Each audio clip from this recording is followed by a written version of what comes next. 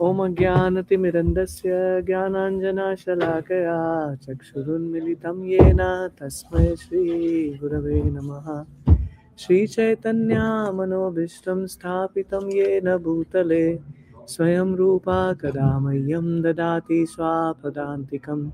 वन्देऽहं श्रीगुरो श्रीयुतापदकमलं श्रीगुरून् वैष्णवांश श्रीरूपं साग्रजातां सहगना रघुनाथान्वितं तं सजीवं साद्वैतं सावधूतं परिजनसहितं कृष्णचैतन्यदेवं श्रीराधाकृष्णपदान् सहगना ललिता श्रीविशाखान्वितां च हे कृष्ण करुणा सिन्धु दीनबन्धु जगत्पते गोपेशा गोपिका कान्त राधा कान्त नमोऽस्तुते तप्त कांचन गौरांगी राधे वृंदावनेश्वरी ऋषभानुसुते देवी प्रणमामि हरिप्रिये वाञ्छाकल्पतरुभ्यश्च कृपा सिन्धुभ्यैव च पतितानां पावनेभ्यो वैष्णवेभ्यो नमो नमः।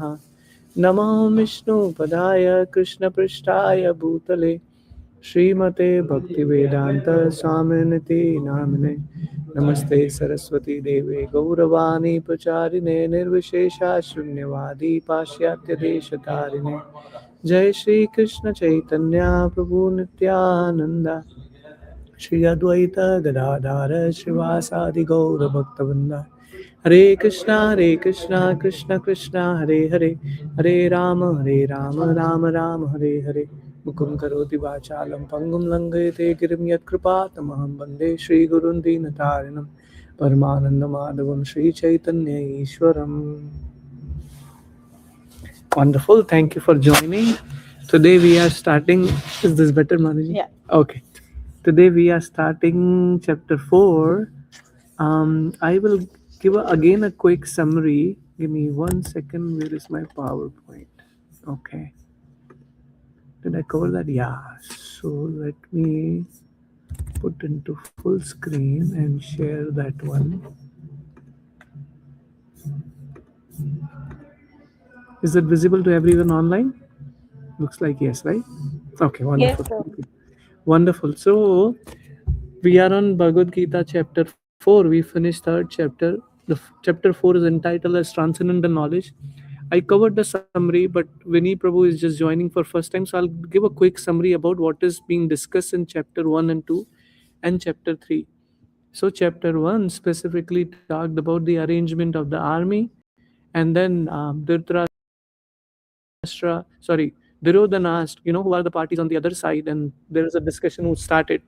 And then at the end of chapter 1, when Arjuna is picked up or Arjuna is taken to the middle of the army, seeing the Kauravas as well as Pandavas, he sees his uncle, he sees his teachers on the other side, and he is in dilemma. He doesn't want to fight. So few verses in second chapter, Arjuna puts argument why he shouldn't fight, right? And he gave those reason, which is compassion, loss of enjoyment, CES, sense S for sinful reaction, D is for destruction of family tradition, and finally he was indecisive. And that's where the relationship between Krishna and Arjuna changed from a friend to a guru and a disciple, guru and a student, which is an important thing which is happening in the beginning of second chapter. So when we think about what Arjuna is fighting this war, who am I in that? What do I have to do? We all fight the war every day, and interestingly, our enemies are within our subtle body, within our cells also, in terms of um, kama krodha. Kama is the lust, krodha is the anger, kama krodha lobha, which means lobha means greed, kama krodha lobha, moha, which is attachment, and then mad and matsarya, which is illusion. So these are the six enemies which are living within our heart. To actually, they're always taking us down and down and down and taking us from one birth to another birth. So that's our fight, and that's what this Arjuna is speaking about specifically. And Krishna speaks on the second chapter about the science of the soul. So when we talk about chapter 2, you're able to see it, Yeah. right? Okay. So since Arjuna was horrified at the thought of killing his relatives, Krishna begins this teaching, right? So Lord Krishna summarized all the instruction of Bhagavad Gita in chapter 2, So first he spoke about Sankhya philosophy. What is Sankhya philosophy is, we are not the body, we are the soul. And how body and soul are completely two different entities. Krishna spoke about that. Because we know when someone leaves, he left his body. We say like that. We don't say that whatever, he left his body. That's what we say, which means the soul is different. So soul has departed. So that is the first section of second chapter. The second aspect of second chapter is Karma Kanda. Karma Kanda means align with scriptures, but you do things for your own service, like thinking that, oh, if I do this, becoming pious, that comes into the Karma Kanda section. And here Krishna is telling, even if you do fight in this war, if you lose, then you will go back to heavenly planet, because that's a destination of Kshatriya who loses, or who loses his life in the war field. Or if you win, then you will be basically the king of Hastinapur. So in both way, you have nothing to lose. That is karma kand. Then Krishna talked about buddhi yoga, nishkama karma yoga, where the work is done in mode of selfless service, which means I'm not thinking, I'm still attached to the duty. However, I'm doing it for the pleasure of Krishna. Everything I'm doing it for the pleasure of Krishna, and I'm unattached to the result of the world, which means whatever result comes, it's just somehow by Krishna's arrangement. And with resolute determination, which means understanding the purpose of life is not to actually just take care of family, earning money, and then earning bank balance, because all that will be zero when we leave our body. We came with zero, we will go with zero. So that's not the purpose of life. The purpose of life is to go beyond the cycle of birth and death, understanding who am I, who is God, what is my relationship with God. And then mind focused on Krishna. And that's where Arjuna is being told, saying that you fight simply because it's Krishna's desire. You're with me, Nitya Mataji? Okay. Okay, so what is the result? One second, I'll just hide this here. Oops. Did I? Yeah, okay. Do not get any sinful reaction. Why? Because whenever we think we are the doer, we are the karta of any activity, which means we are also responsible for the results, whether good or bad. But however, when you do any activity, offer the results to Krishna, you don't get any sin. And Krishna blesses you, of course, and that brings a spiritual piety, not the material piety, for which you still have to take birth and able to get out of cycle of birth and death.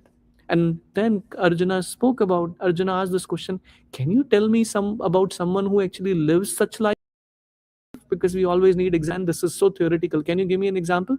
And that's where Krishna is speaking about self-realized soul. And he spoke about that person is free to enjoy the senses. His everything in life is about Krishna. And have a steady mind, is not affected by good or bad things, or winter or summer. Extremely high platform. um I was just telling to Swami bro the other day, I just went on Tuesday, and all of a sudden I see one-on-one with my boss. I'm like, okay. So I was with him in another meeting, and I'm like, how come there are two meetings at the same time? Anyway, I thought it's one-on-one with my boss, so I'll because he just my previous boss got fired just a couple of weeks back, and SVP jumped in as another SVP jumped in as my boss. And when I joined the call and I see another person along with him, I'm like, this is one-on-one. How come the other person is there? And to my surprise, of course, they declared the news saying that today is the last day. Your position has been eliminated. Now, all of a sudden, when you think about that, it just bewilders me. And I was thinking about, wow, I speak so much high philosophy, but it's so difficult for me to actually apply. And I just realized this. Have a steady mind is extremely difficult. But the hope is there when we actually follow, when we talk about North Star. Not that we have seen North Star or we have achieved North Star, but that we know the goal is there. If the goal is not there, you will never reach there. So that's the whole point. And one is indifferent to good and evil. Have a taste for devotional activities. For indifferent from good and evil is a very good point. My spiritual master would say, never blame the instrument of your karma. Do you like that line? I really like that line. The meaning of that is, when someone brings difficulty in our life, the tendency is to blame that person. Oh, he did that, she did it. It's actually, they are the instrument of our karma. Someone has to, whatever karma we have done in our previous life, someone has to be the instrument to give us that karma. With whatever it is, irrelevant of whether this is financial crisis, whether job crisis, health crisis, XYZ reason could be there.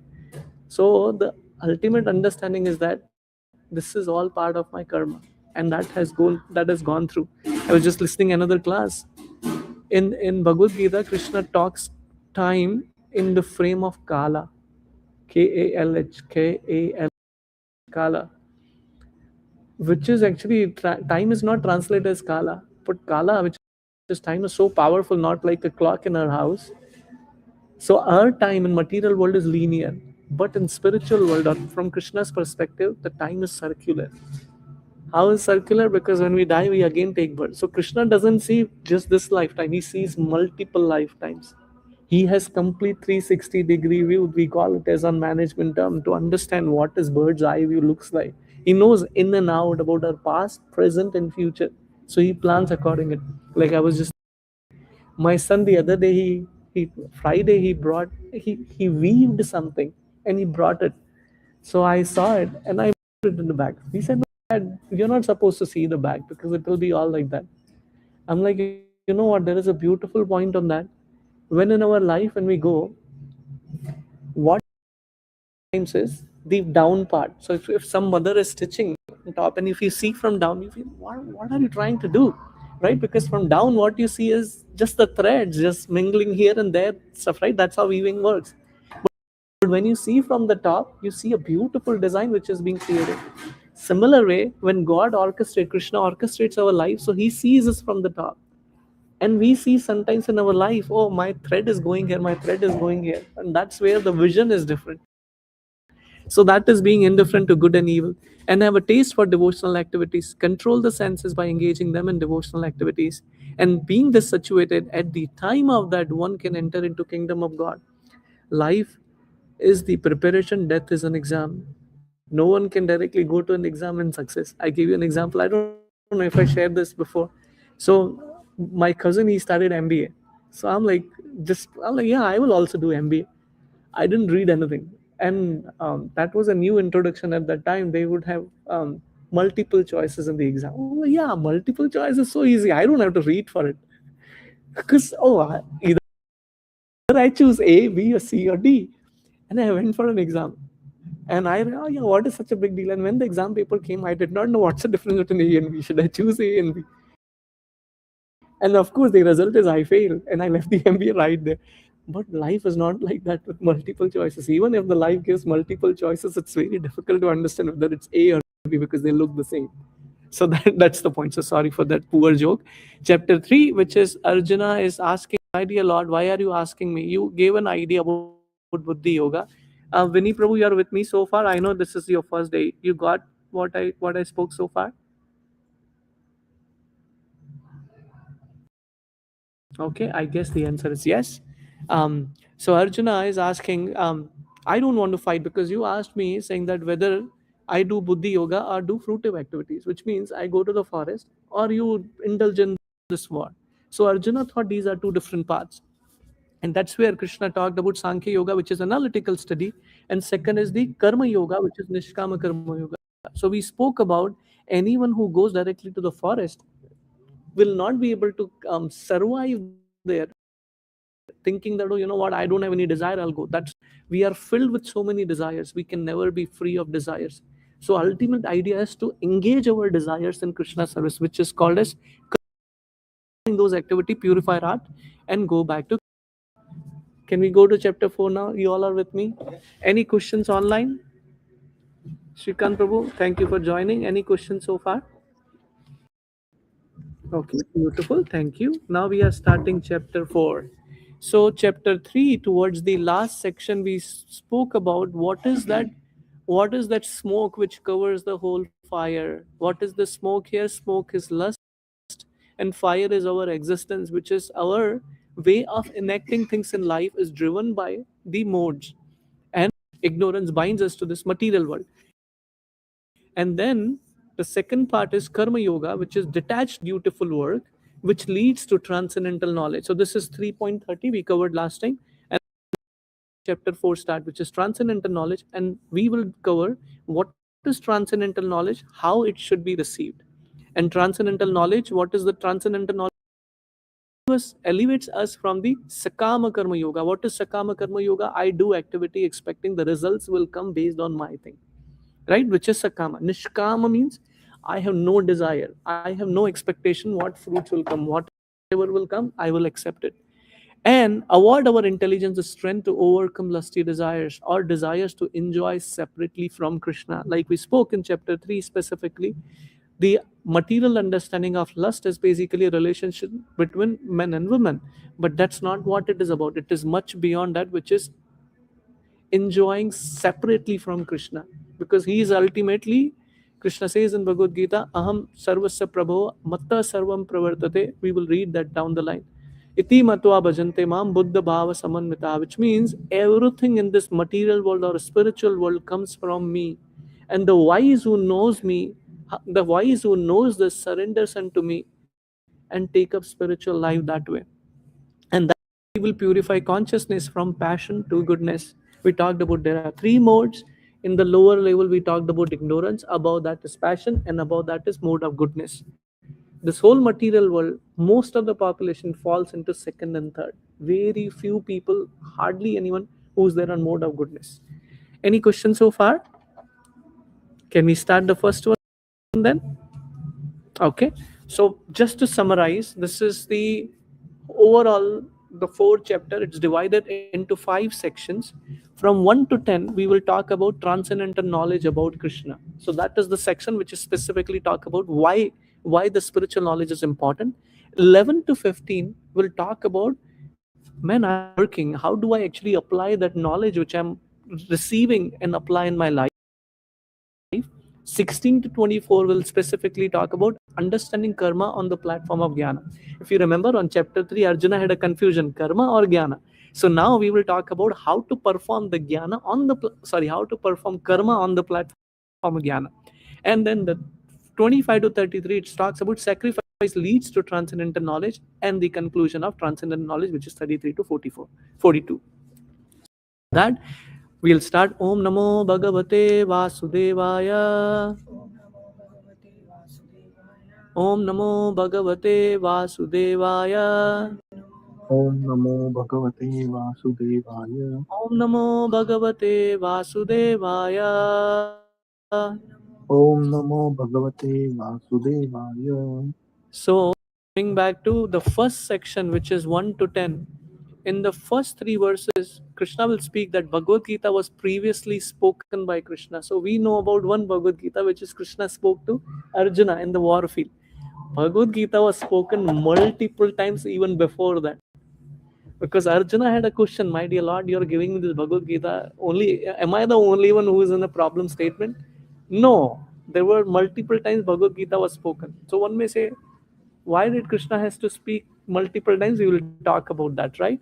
And later repeated by the disciple succession by saintly kings. Now as succession has been broken, Krishna will speak it again and again to Arjuna. So we'll cover that.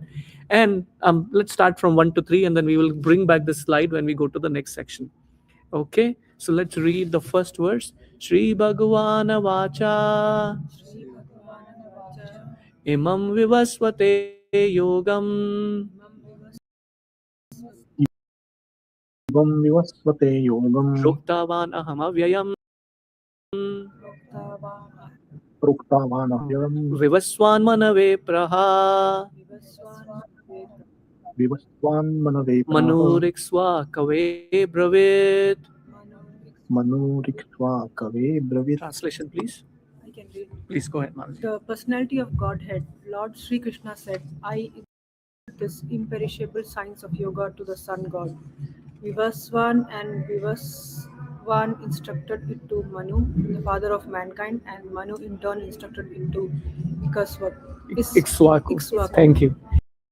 Ikshvaku is There's the a Iswaku dynasty. correct. Ikshvaku is the sun god in today's the world or the era we live in. Ikshvaku is the Manu who is leading that. We will talk about that verse. So I'll go back to the previous slide. So what does Krishna say in this verse? That he is speaking about the history of Bhagavad Gita and the disciplic succession. Very important. That not anyone, Tom, Dick, and Harry can stand up and say that, oh, you know what, I am the guru. Krishna is very clear. Nobody can claim to be a guru. He has to have a disciplic succession. He has to have a guru. He has to have a guru. Ultimately, it has to go to Krishna, because he is the ultimate guru. So Lord Krishna given this knowledge first to Vivaswan. Who is Vivaswan? Vivaswan is the sun god actually at today's time. Okay, in the era we live. And Vivaswan gave that knowledge to his son, which is Manu. And Manu gave that knowledge to Ikshvaku, which you talked about, Ikshvaku dynasty. So this is a disciplic succession. And in the course of time, it was lost. Right? So now the question comes in is Lord Krishna has descended to re-establish message around 5,000 years ago. Right? So our Krishna spoke to Bhagavad Gita to Arjuna. So devotee of Krishna and friend of Krishna. What is the qualification? You see, top class cream people have been receiving Bhagavad Gita. You see, Arjuna, what is Arjuna's qualification? His one of the name we spoke in the first chapter. What is his name? He never gets sleep. What is the he doesn't sleep? What is that? Very beautiful term. I forgot. So Arjuna, Gudakesha, Gudakesha, thank you, Prabhu, thank you. Gudakesha, which means he has conquered sleep, not that he has to take the sleeping pill. Sorry, I did not use the right word. He has conquered sleep. And he was extremely powerful. He defeated even Lord Shiva and Indra. And then got the weapon as a blessing from them. He got Pashupatra Astra as well as Indra's Astra. And the chariot which Arjuna was driving in the battlefield was given by Indra. So he was extremely intelligent, powerful, and understand. And like we spoke, Bhagavad Gita, we just finished few chapters, 2 chapters or 3 chapters in 1 year or something. Krishna spoke whole Bhagavad Gita and he was able to digest everything. Extremely intellectual. And same way you see these people, intellectual as well as surrender, Manu and Ikshvaku, sun god receives this knowledge from Krishna. So that's where the qualification is being mentioned here. So there are two classes of men here. One are devotees. Those are called as sura. In Hindi, we call it as sura means um, when you sing something in musical rhythm, that is called as sur. Yeah, and one who do not sing in a poet in that rhyme or whatever we call it as, that is called as asur, which means he is not able to make it that. So same one who complies to the instruction of Bhagavad Gita is called as sura, and the one who does not comply called as asura. So these kind of people are there. So coming back to this beautiful part, now this is very important. I'll get some water. That's what I was thinking. Sorry. Now, a very I call it as a bewildering part, but that's another important one. How long is Brahma's life? He is living on the topmost planet called as Brahma Loka. If you remember that picture, do you remember that picture where Brahma Loka we saw it on the top? So that's the highest planet in material world. So let's talk about what is Brahma's life. How long does he live? Like for us, we know maybe 50, 70, 100, maybe 110, whatever it is. So Lord Brahma lives 311.04 trillion years. How many years? 311.04 trillion years. And one life of Brahma is one breath of Vishnu. One breath is equivalent to 311 trillion years of Brahma. How relative is this world? You can understand. And then, which means there are 336,000 kalpas. Kalpa means 4 yuga. When 4 yuga is Satya Yuga, Treta Yuga, Dwapar Yuga, and Kali Yuga. When 4 are combined together, that becomes one kalpa. So, which means how many kalpas? And I will talk about. So, 36,000 kalpas is what is one day of Brahma. So, Yuga is part of Kalpa. Yes, right? yes. So, I don't have a visualization, but say kalpa is there, and in which there are 4 yugas, which is Satya Yuga, Treta Yuga, Dwapar Yuga. So that forms one kalpa. And each yuga is around 24. We will come to that. Okay. Because not every yoga is same. Yeah. Correct. So one day of Brahma, and again I'm not counting night. Night is another 136,000. So that's the day of Brahma and night of Brahma. You can imagine an equal number of nights. Okay. So again, it is explained there is a night, and this and the diagram, which is the creation and devastation. What you see is on the top, The line is when this material world is created and when the material world is devastated. And I briefly mentioned long back, when Lord Brahma goes to sleep, that also destroys everything, and that's also an annihilation, but that is temporary. But when Lord Brahma dies, then everything gets dismantled. I spoke about, right? Thank you. So, how much is Kalpa? 4.32 billion years is actually one Kalpa. Okay? In that, there are 14 Manvantaras. Plus, there are 15 Sandhyas, which is night is the same length. So, that's actually one day of Brahma. And similar way is the night. You're with me so far? The why we are talking, you don't have to remember this calculation, but the point is understanding how insignificant we are. And in that, again, we talked about 14 manvantaras. You are able to see it, right, Nataliya? So in 14 manvantaras, there are 71 Divya Yugas. In that, how much is the one manvantara age? 3.3 or 6.72 million years. Okay, so what you see is the Sandhya or junction, which is 1.7, which means after one yoga finishes, how much time is the gap? So that is what has been shown here. Now, Divya Yuga we talked about. How much is one Divya Yuga? Is 4.32 million years, which means 4 yugas, which is one kalpa. You're with me so far, everyone? And So then 4 yugas make one one kalpa, one kalpa. One month. Correct, correct, correct, one one. correct.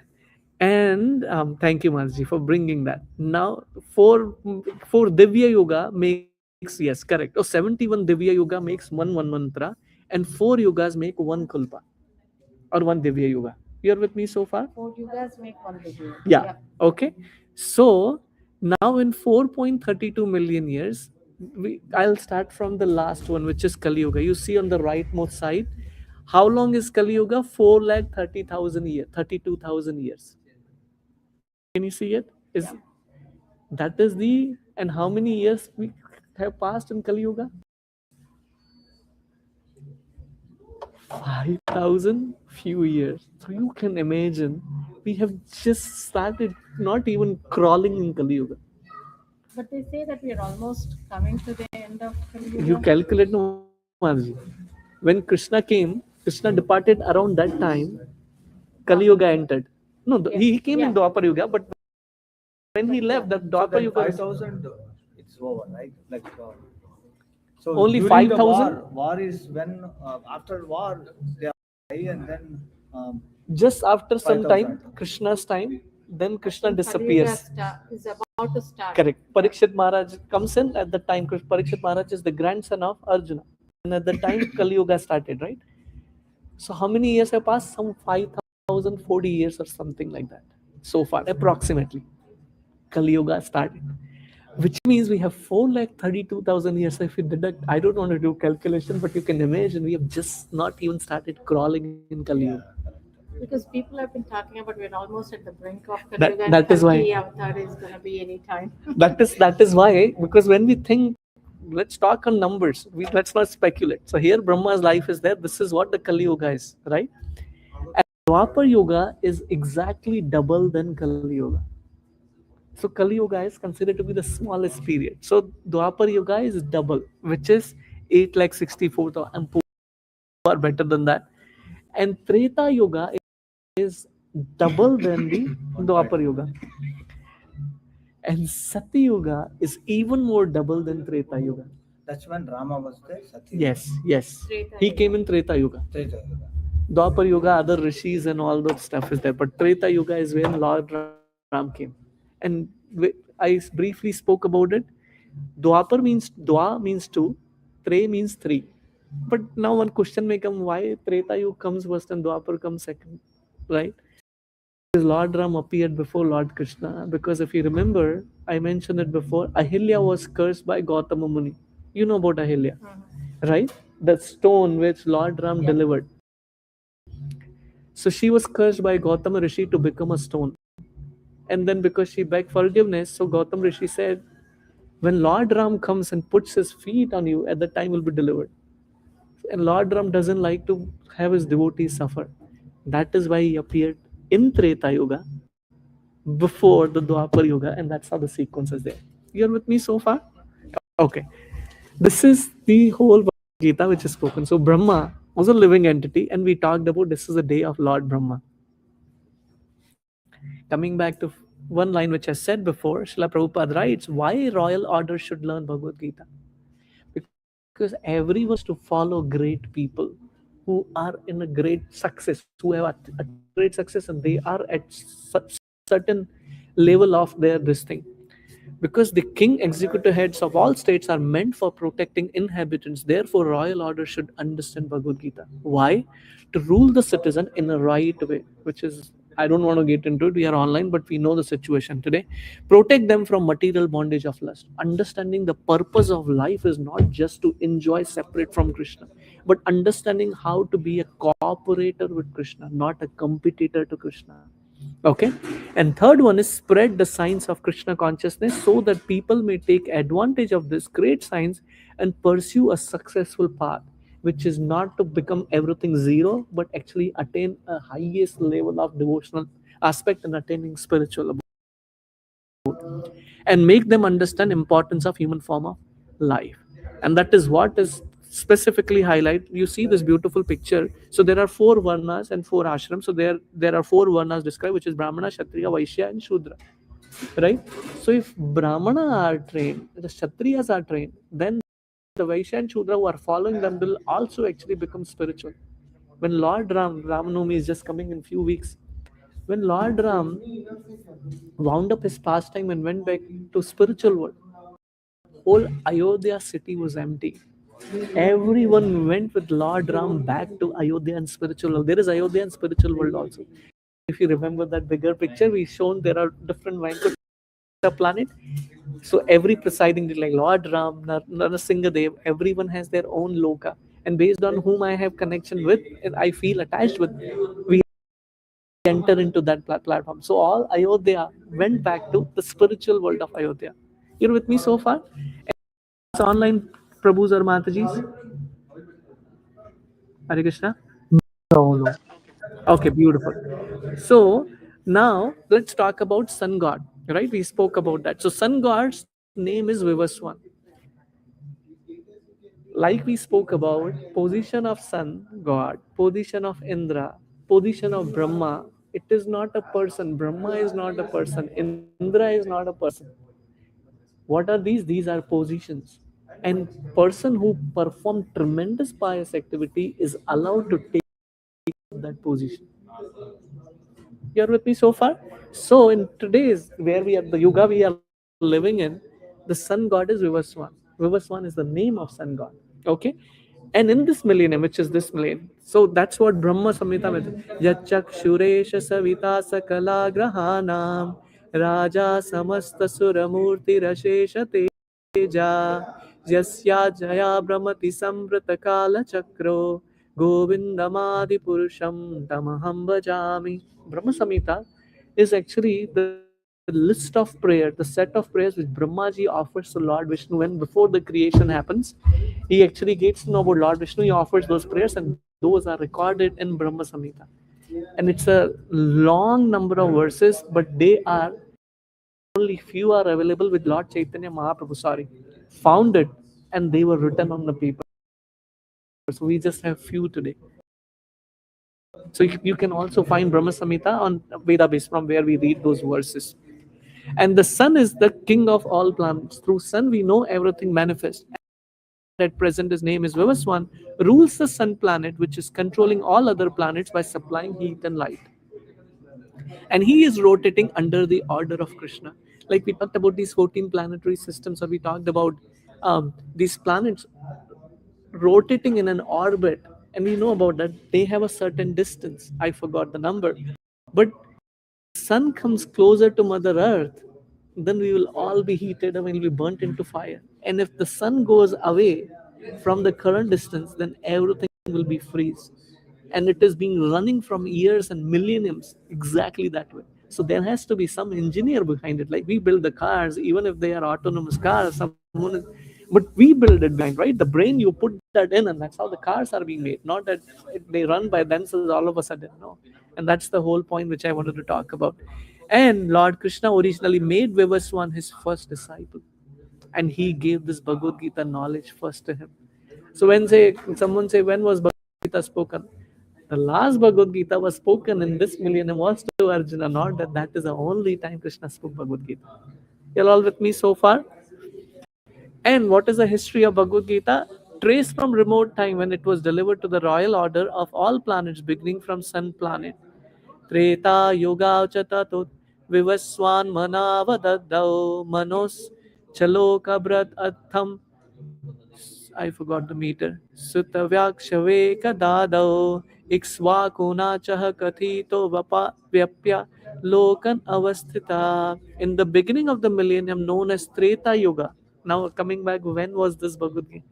The science of relationship with Supreme was delivered to Vivaswan. So, this was spoken in Treta Yuga, which is some time before Krishna gave to Bhagavad Gita, because Treta Yuga is long, right? Like we spoke about. So Treta and Dwapar Yuga. So Treta Yuga is when Lord Ram appeared, and this is the time when he spoke this to Vivaswan. And Vivaswan gave this knowledge to Manu. Specifically, let's talk about timing, not just like that. And Manu being the father of mankind, and that's why our name is in Hindi or Sanskrit called as Manushya. And that's where the name come from, because we are children of Manu, and that's how that term was coined, Manushya, that we are children of Manu, who's the father of mankind. When we finish Bhagavad Gita, when we start Srimad Bhagavatam, we will go and indulge deep down and go into these individual how Lord Brahma was born, how he created everything. It's detailed out very nicely there. How these planets came into existence, how Prithvi came into existence, how we came into existence. All those things are detailed out. So, if you remember this, when we go there, you'll be able to. Oh yeah, we studied in Bhagavad Gita, and we'll spoke about Manu, because Manu is Brahma's child, and he is the one who is the progenitor. And there are 14 Manu. We will talk about that. Um, sorry. So, and then Manu, being the father of mankind, gave it to his son Maharaj Ikswaku, the king of this earth planet, and forefather of Raghu dynasty. Who's Raghu dynasty? Lord Ram came in Raghu dynasty, right? Raghuveera Chandra, we call it as. So, who? Actually, he's from Ishwaku Correct. dynasty, right? That's what, yeah. Because you mentioned, so we are just connecting those dots. Because Ikswaku gave it to his son Ikswaku, the king of the earth planet, which is forefather of Raghu dynasty. That's where Lord Ram came. In which Lord Ram, it's written, in which Lord Ramchandra appeared. Bhagavad Gita existed in human society from the time of Maharaj Ikswaku. And this verse which we read is quoted in Mahabharata, and there are different parva or different sections in Mahabharata. This is quoted from Shanti Parva, which is 348.51 to 52. This is all coming from scriptures. So, when was Bhagavad Gita spoken? I don't know how to say this number, but by Manu Rajikwaku, this is 5,000 years of Kali Yuga are over, little more than that. Before that, Dwapar Yuga, which we covered, and before Treta. So, the age of current Manu, which is who's the king, you can count how many trillions or whatever billions years are there, of which only this much has passed. And again, we are not talking Kali Yuga. Manu is about money. We talked about what is Manvantara and all that stuff. So therefore, this knowledge was given these many years ago to Vivaswan, spoke to Manu. And Vivaswan is also a Kshatriya and is father of all Kshatriya who are descendant of sun god. And that's why Lord Ram is also Kshatriya. And 5,000 years ago, it was re-spoken to Arjuna. Right? The Gita is not therefore a speculative treatise for the insignificant mundane scholar, but is a standard book of knowledge coming from time and immemorial. And very interestingly, everything which is written in Bhagavad Gita is applicable today, in present, past, and future. Like in Bhagavatam, if you read, Bhagavatam speaks, which is spoken even around the time of Bhagavad Gita, actually, Vyas they only wrote Bhagavad Gita as well. It mentions about Kali Yuga, it mentions about what will happen in Kali Yuga. And when you read that, you go, oh, yeah, this is really happening actually. The Kali Yuga, the more it deteriorates, the more it moves forward. Right now, people are eating meat, which is killing animals to eat. The age will deteriorate so much, people will start eating men and women. they will start eating human. It actually already started in certain part of the. They did. They did. They There was eat. a raid in Arizona or Texas. Hmm. There were stores that were selling human meat. Hare Krishna. Wow, that's because I only heard in certain part of Asian country they eat embryo. So That's interesting. they conceive and then that's their delicacy actually. Hare Krishna. Anyway, One question. yes, There is a Manu, right? 3 billion years back, yes, right? yes. So is that means humans are there for so long? Just Yeah, curious. yes, Prabhu. So, Prabhu, there are 84 lakh species, right? Human is and human is just one species. I just want to be clear. Even in human, there is a gradation, right? That's more civilized, under civilized, and all that stuff. We have been existing for multiple billion and before years because this is just one. I think each yuga is basically the life forms gets destroyed and again Yes. another Yes. yuga life forms. Yes. That's why this million years are there. I mean, we only say 5000 BC, Harappan civilization, this civilization, and all that. Like, if so many million years human life existed, then how come we had to start from scratch with the pottery and all that? Correct. The life. Only thing is, I can only go back to that time and tell this is what the past is because I can't go back does not mean the living species did not exist before. Makes sense, right, Mataji, on your point? Yeah.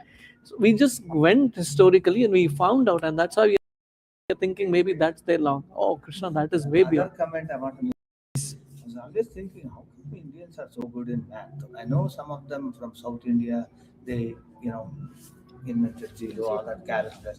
It's like amazing in math in India. Now I see all these numbers. People go nuts by seeing these numbers. That India had this exposure. What we are doing math is nothing compared to what you have here. The scriptures. This is the first time I'm What is hearing that all these scripture with numbers. relating to sun? Forgot that. So they have mentioned the distance between Ah, yeah, sun yeah. and it's Yes. pretty much. I mean, there is little plus or minus, Yeah. but it's pretty. Approx. Yeah, close, this is important. approximately. What is it? I forgot the name of I don't remember either. Surya. Something it's called. Huh. Surya. It starts with Surya or something. Yeah. Yeah. This is So important. it's all about the economy with how the planets are formed. And how Yeah, the systems. 100%. Give me 1 second. I want to close this WhatsApp. I don't like this beeping noise. Okay. Um, Online, you all are with me so far. You're not lost, right? No, Prabhu, you're good. But I do have some question too. Please go ahead. I'll just finish this one. Sure, go ahead. Bhagavad Gita is as good as because that is another spoken by the Supreme Personality of Godhead.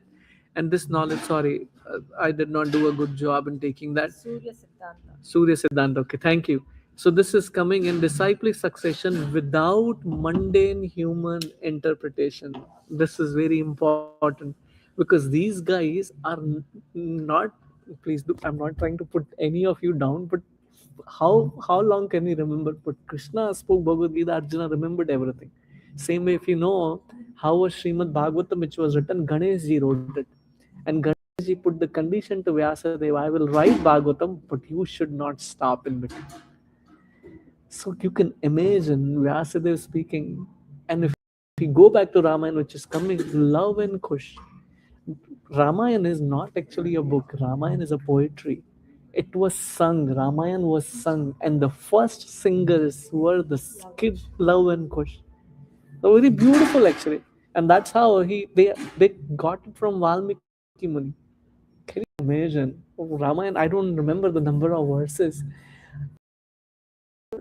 Potent actually to actually remember and recite those slokas. You can imagine their power, and that's the whole thing. I think most of our scriptures, I mean, we talk about all these characters, Brahma, Indra, Vayu, Agni, and everything, right? As Yeah. characters. Yeah.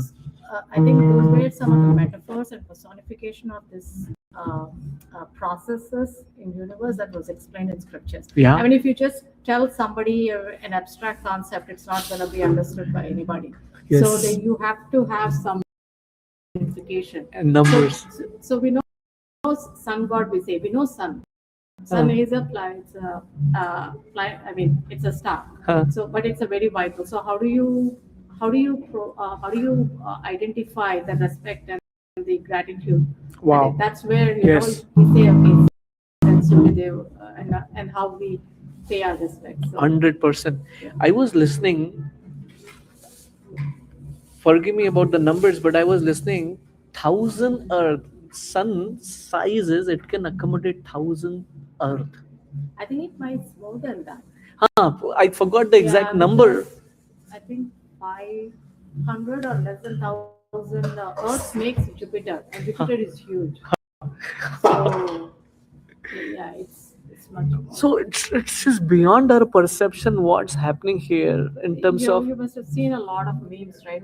They'll show the sun, galaxy, sun, Jupiter, and all the planets, and Earth is somewhere a speck, and then there you are. So you're so Ah, immaterial. that's the point, which is we are so insignificant, and in that Yeah. whole Earth planet there is America state, and in that state there is Michigan state. In that Michigan state there is Novi or Farmington. In that there is in some small corner there is planet. one house. In that house it just dots. We just dots like wow. And imagine whatever is happening in the world.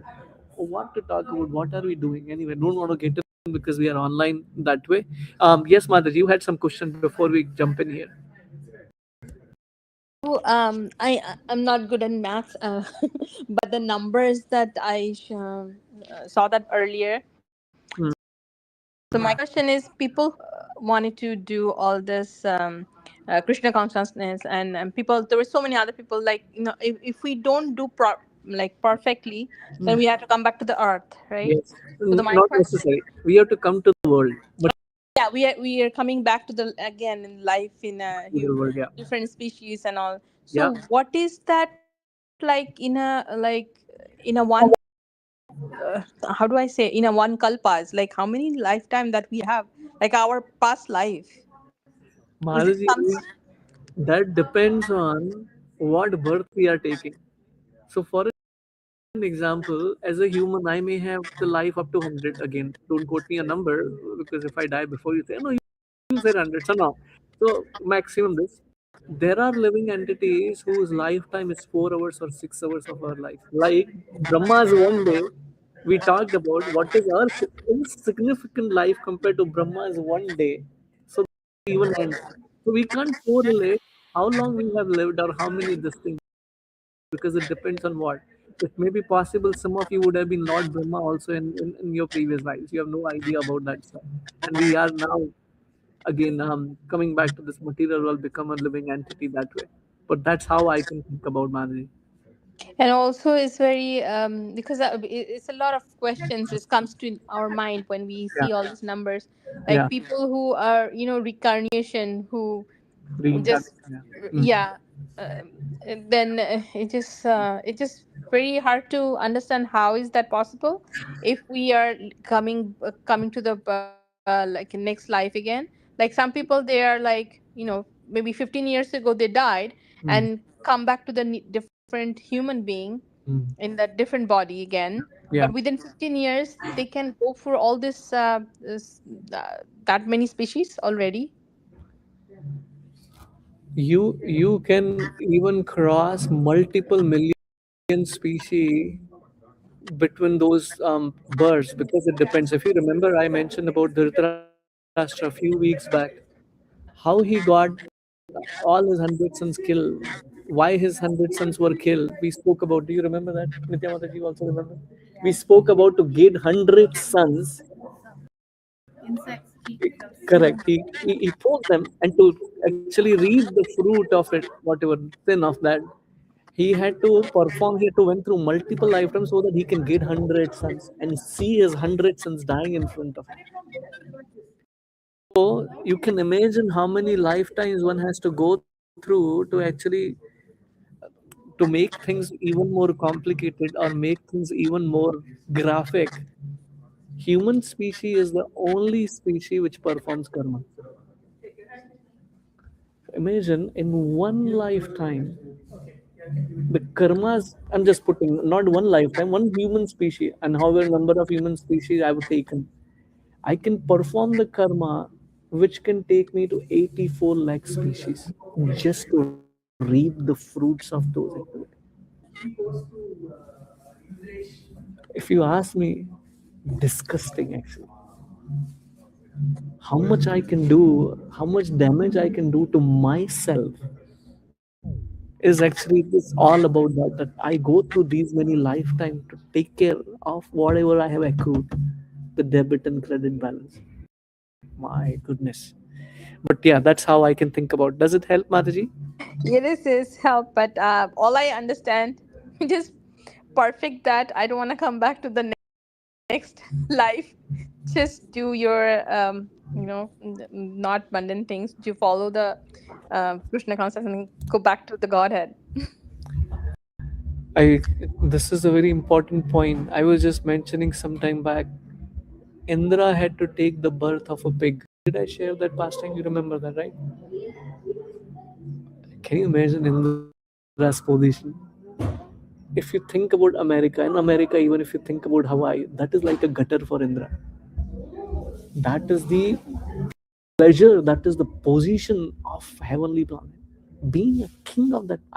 I gave a class just yesterday, specifically speaking about one of the verse in Srimad Bhagavatam where Prithu Maharaj, sorry, I'm just taking a little more time because I really want to discuss the depth of it. Prithu Maharaj is doing a 100th yajna, who is the incarnation of Krishna, Lord Vishnu, and Indra become envious and he actually steals his horses. So that is bewildering actually to understand that aspect. So I'll finish this slide. Lord Krishna wants to impress that what he is explaining is Nitya Tattva, which is eternal truth. These are not just bound based on that. So they never become outdated. Rita or inviolence, inviolable cosmic laws never become irrelevant with the passage of time. They are the laws relevant, constantly renewing themselves, remaining ever fresh as nature is in the universe. You see so many teachings, so many books written, leadership principles written on Bhagavad Gita. I remember when my wife was taking the training, because in Pune we started going into the education system, because that is lost today, where the children understanding the importance of Bhagavad Gita or spirituality. So we started this. So what we would do is we will do corporate seminar on time management, lifestyle management, stress management, which is very important. All that is coming from Bhagavad Gita. From Bhagavad Gita words. It's marvelous work actually. Marvelous work. And just Krishna spoke in few days. So you can imagine so much to learn from that. Can we end here or should we take second verse? I know it's 4:56, is that right? And I'm sorry, I just covered first words, but No, that's good. I was just didn't want to take it lightly, because we understand what is this Bhagavad Gita we are learning, its history, and how fortunate we are to study that. So can we stop here? Can we next week? Yeah. Any reflections, any comments? So the last thing, Please. right? It says that the Bhagavad Gita is so relevant Hmm. in past and even for future, right? Hmm.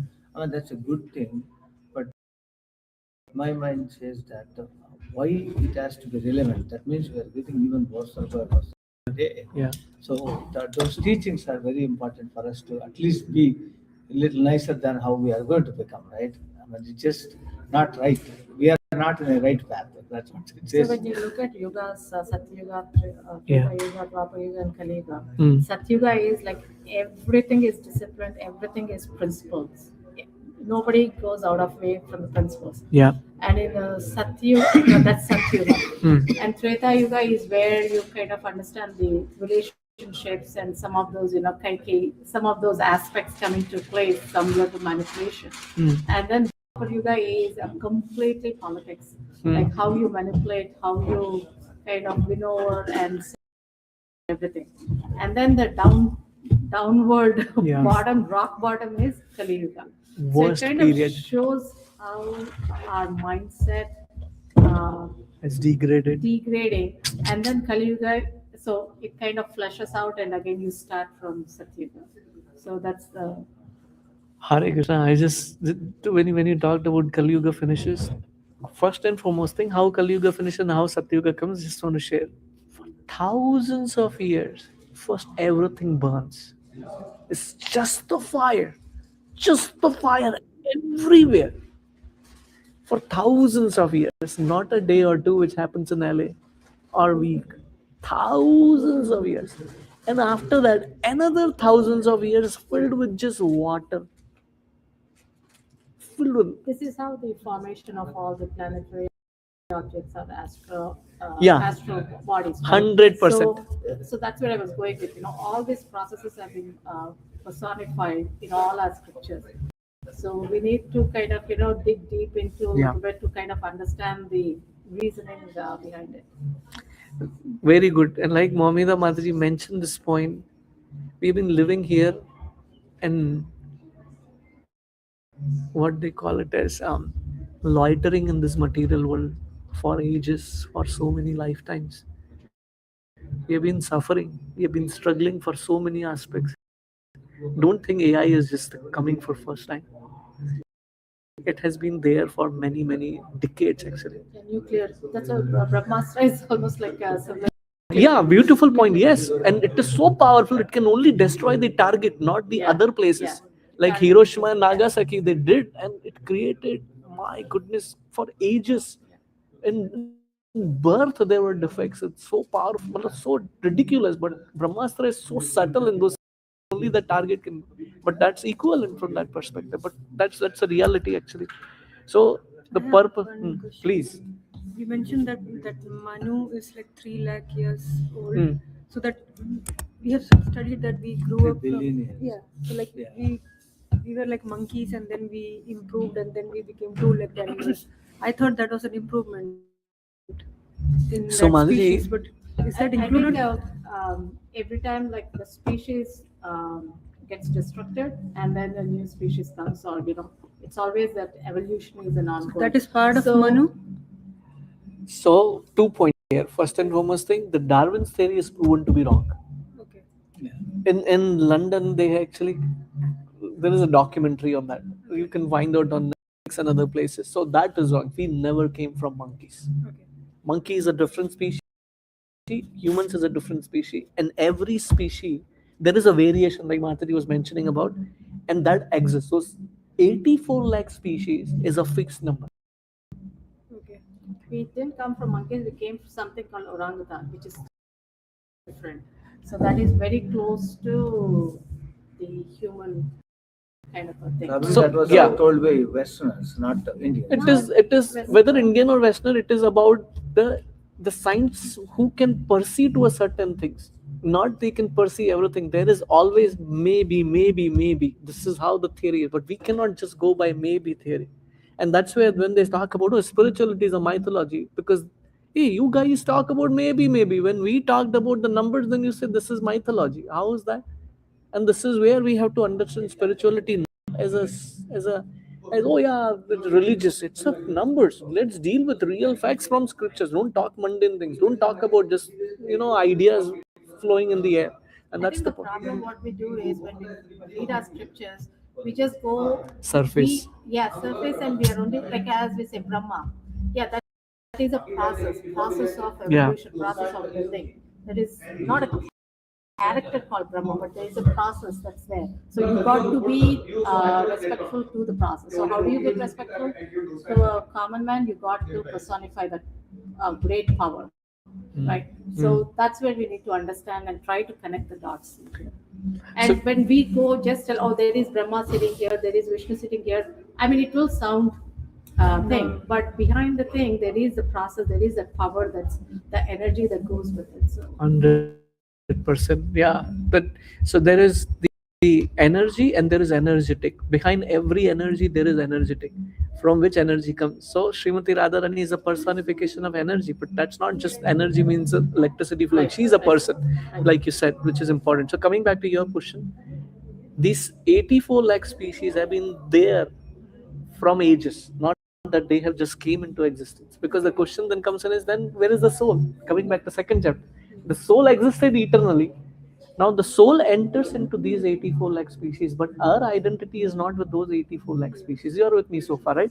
Like right now, my name is Divyati. That does not mean I'm Divyati. No, my soul is different. My soul doesn't have a name. And I recognize that because it's easy to communicate. That's why, oh, this person is XYZ name and all that stuff. But we have been existing for forever. Yeah, that's the right word, not even a millennium. And we have been just going from one body to another body, just accepting that. I was just reading this morning, and I'll end this unless there are questions. If you take about a circle which is say 100%, there are different sections in that. Maybe around 20-25% is material world, 75% is spiritual world. So we are just small part of the material world, I'm saying, which is all cosmic manifestation, which includes Brahma. Now, if you put all this into that 25%, how insignificant is that? Like I said, one breath of Lord Vishnu is whole Brahma's life. So when Lord Vishnu inhales, Lord Brahma also goes in. And when he exhales, then Brahma appears. That's his birth. One breath. How long does it take for us to take one breath? We can't even count. It's many milliseconds or whatever it is. And that's the power. So any other comments?